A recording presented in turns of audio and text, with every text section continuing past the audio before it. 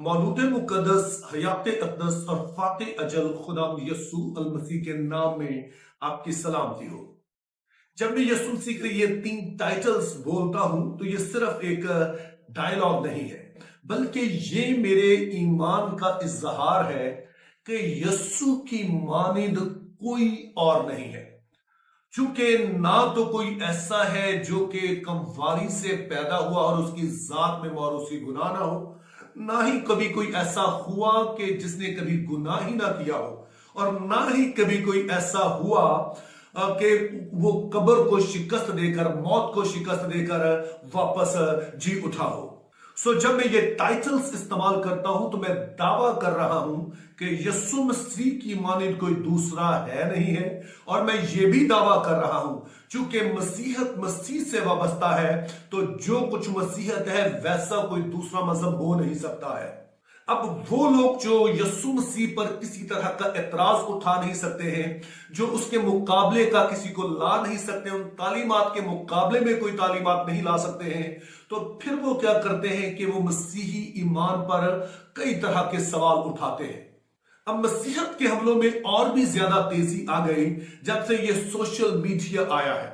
क्योंकि social media की एक अच्छी बात तो ये है कि इस पे हर कोई अपने दिल की बात कर सकता है, लेकिन इसकी बुरी बात यह है कि जो कोई जो भी चाहे कह सकता है और उस पर किसी तरह की कोई बंदिश नहीं है। ना हमें यह पता होता है कि जो कह रहा है उसकी अपनी क्वालिफिकेशन क्या है, क्या वो इतना पढ़ा लिखा है कि उसकी बात सुनी जाए, या सिर्फ इसलिए कि वो बहुत बोल सकता है तो वो ये बातें कर रहा है। तो इस तरह से जो सोशल मीडिया है इसने इन हमलों में जो मसीहत पर होते हैं कई गुना इजाफा कर दिया है। अब जैसे ही क्रिसमस या ईस्टर आता है, यानी वो त्योहार आते हैं जिनका जवाब किसी के पास नहीं है, ना किसी कौम, कबीले, मजहब, फिरके, किसी के पास इसका जवाब नहीं है, तो फिर वो ईस्टर और इसके साथ क्रिसमस के हवाले से कई तरह के बेतुके किस्म के जो इल्जामात हैं वो लगाना शुरू कर देते हैं।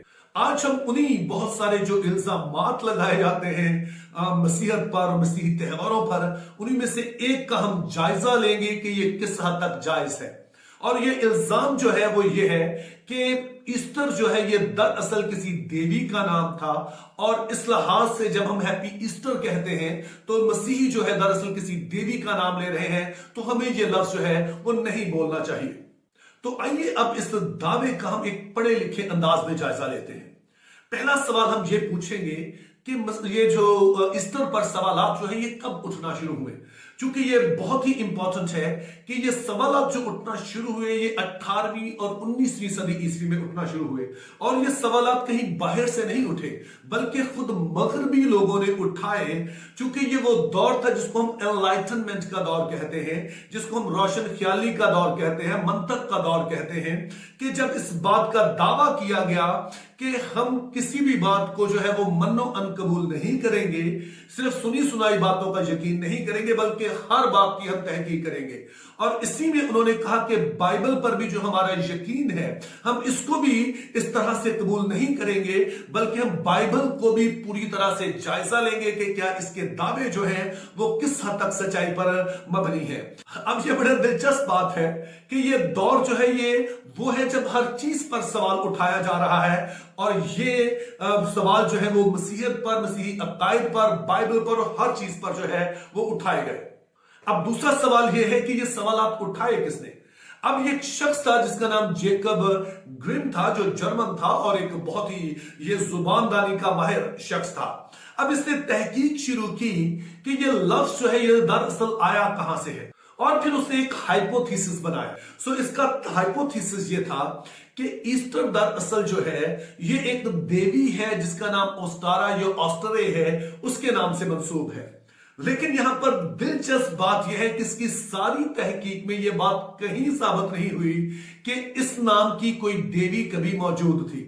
यहां पर आपने याद रखना है वो लोग जो कहते हैं कि जी ईस्टर का ताल्लुक अस्तारात से है, तो जेकब ग्रिम जिसने दरअसल ये सवालात उठाए, जिसने ये सारी तहकीक की, वो इसको जो अस्तारात के साथ नहीं मिला था, वो हाइपोथेसिस कायम करता है कि ये दरअसल कोई देवी थी जो कि यूरोप में मौजूद थी, क्योंकि जो अस्तारात है वो तो बाबुल की देवी थी और हम बात कर रहे हैं यूरोप की। तो ये सवालात तो उठ रहे हैं यूरोप से। और फिर उसने ये एक मफरूजा कायम किया कि ऑस्टरे या फिर जिसको हम कह रहे हैं ऑस्तारा, ये एक देवी थी जो कि फर्टिलिटी की गॉडेस थी। बहरहाल अगरचे ये हाइपोथेसिस था, लेकिन वो जो मसीहत के मुखालिफ थे, वो जिन्होंने बहरहाल इल्जाम लगाना ही था, उन्होंने इसको बाद में एक सच के तौर पर कबूल कर लिया और इस हाइपोथेसिस को उन्होंने एक फैक्ट बनाकर पेश किया। सो अब हमने दो बातें कर ली। नंबर वन कि इसका ताल्लुक जो है, ईस्टर का ताल्लुक अस्तारात से नहीं है, बल्कि जेकब ग्रिम जो इसका ताल्लुक जोड़ता है वो एक ऐसी देवी से जिसका नाम ऑस्तरे है या जिसका नाम ओस्तारा है। और दूसरी अहम बात यह है कि यह सिर्फ एक मफरूजे पर मबनी था और ऐसी किसी देवी का वजूद आज तक यूरोप में साबित नहीं हुआ जिसका नाम ओस्तारा हो। लेकिन जेकब ग्रिम अपनी इसी तहकीक में एक और बात का हमें बताता है और वो कहता है कि जी जो देवी ऑस्ट्रे थी ये दरअसल तुलुए सहर की देवी थी। अब ये सबसे अहम नुक्ता है जो हमने समझना है। और ये अहम क्यों है? क्योंकि अगर इसका ताल्लुक जो है ईस्टर का तुलुए सहर से है, तो मसीहों को क्या जरूरत पड़ी है कि वो किसी देवी के नाम से इस त्योहार को मंसूब करे? ईस्टर तो मनाया ही तुलुए सहर पर जाता है कि जब सुबह हो रही होती है, जब अभी मलगजा अंधेरा होता है, तो पूरी दुनिया में मसीही खवातीन उस ईद की याद में, मसीह यस्सु के जी उठने की याद में जुलूस निकालती हैं और उनके साथ कलीसिया जुलूस निकालती और एक ही नारा ढूंढता है कि उस सुबह में जब यस्सु जी उठे, जब खवातीन कब्र पर गई, तो उन्होंने वो तारीखी अल्फाज सुने कि जिंदा को मुर्दों में क्यों ढूंढती हो। यस्सु मसीह के जी उठने की जो ईद है वो हम तुलुए सहर के वक्त मनाते हैं और इसीलिए जो हमारी ये ईद है इसका नाम ईस्टर है, जिसका ताल्लुक ईस्ट यानी तुलुए सहर से है। एक आखिरी बात करके मैं इसे क्लोज करूंगा। अब जब ये नाम दिए गए मुख्तलिफ फेस्टिवल्स को, जो मुख्तलिफ ईदें हैं, तो आपने याद रखना है कि ये नाम देने वाले लोग जो थे वो कोई लल्लू पंजू नहीं थे। वो आजकल के जो इंटरनेट स्कॉलर हैं इनकी तरह नहीं थे कि वो जिन्होंने मोबाइल पकड़ा और बस शुरू हो गए। ये वो लोग थे जो आम तौर पर बिशप होते थे, और बिशप भी वो नहीं जो आजकल हम देखते हैं। बिशप वो जो वाकई स्कॉलर्स होते थे, और ये वो लोग थे जिन्होंने अपनी जानों पर खेला, लेकिन वो मसीही ईमान का उन्होंने इनकार नहीं किया। उन्होंने अपनी जानों पर खेला, लेकिन उन्होंने कहा कि जो बाइबल कहती है उससे हटकर हम कुछ नहीं करेंगे। उसकी एक मिसाल मेरा एक हीरो है जिसका नाम असनासियस है। असनासियस के अकीदे के बारे में आपने सुना होगा। इसको 6 दफा जला वतन किया गया, लेकिन इसने 6 दफा जला वतन होना तो कबूल किया, लेकिन इसने मसीही सच्चाइयों पर इसने कोई समझौता नहीं किया। तो इस सारी गुफ्तगू की रोशनी में मैं आपको दलेरी दे सकता हूं कि जब आप हैप्पी ईस्टर कहते हैं तो आप किसी देवी के नाम से मंसूब कोई लफ्ज नहीं बोल रहे हैं, क्योंकि ऐसी कोई देवी कभी थी ही नहीं। हम जब कहते हैं ईस्टर तो इसका ताल्लुक ईस्ट से है, जिसका मतलब है तुलुए सहर। चूंकि हम ईद जो मनाते हैं मसीह के जी उठने की, वो सनराइज सर्विस जो की जाती है उसमें मनाते हैं, तो इस लिहाज से इसे ईस्टर कहा जाता है।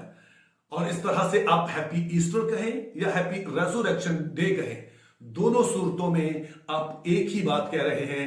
दलेरी से कहिए, मेरी तरफ से आपको, आपके घराने को और पूरी मसीही दुनिया को ईस्टर की सारी खुशियां मुबारक हो, क्योंकि ये वो दिन है जब मेरा और आपका मसीहा मौत और कब्र को शिकस्त देकर जी उठा। और ये वो फख्र है जिसका दुनिया की कोई कौम, कोई कबीला, कोई मुकाबला नहीं कर सकता है। सर उठाकर जिए, दलेरी से Easter मनाइए। Think biblically, live purposefully. Have a very good day.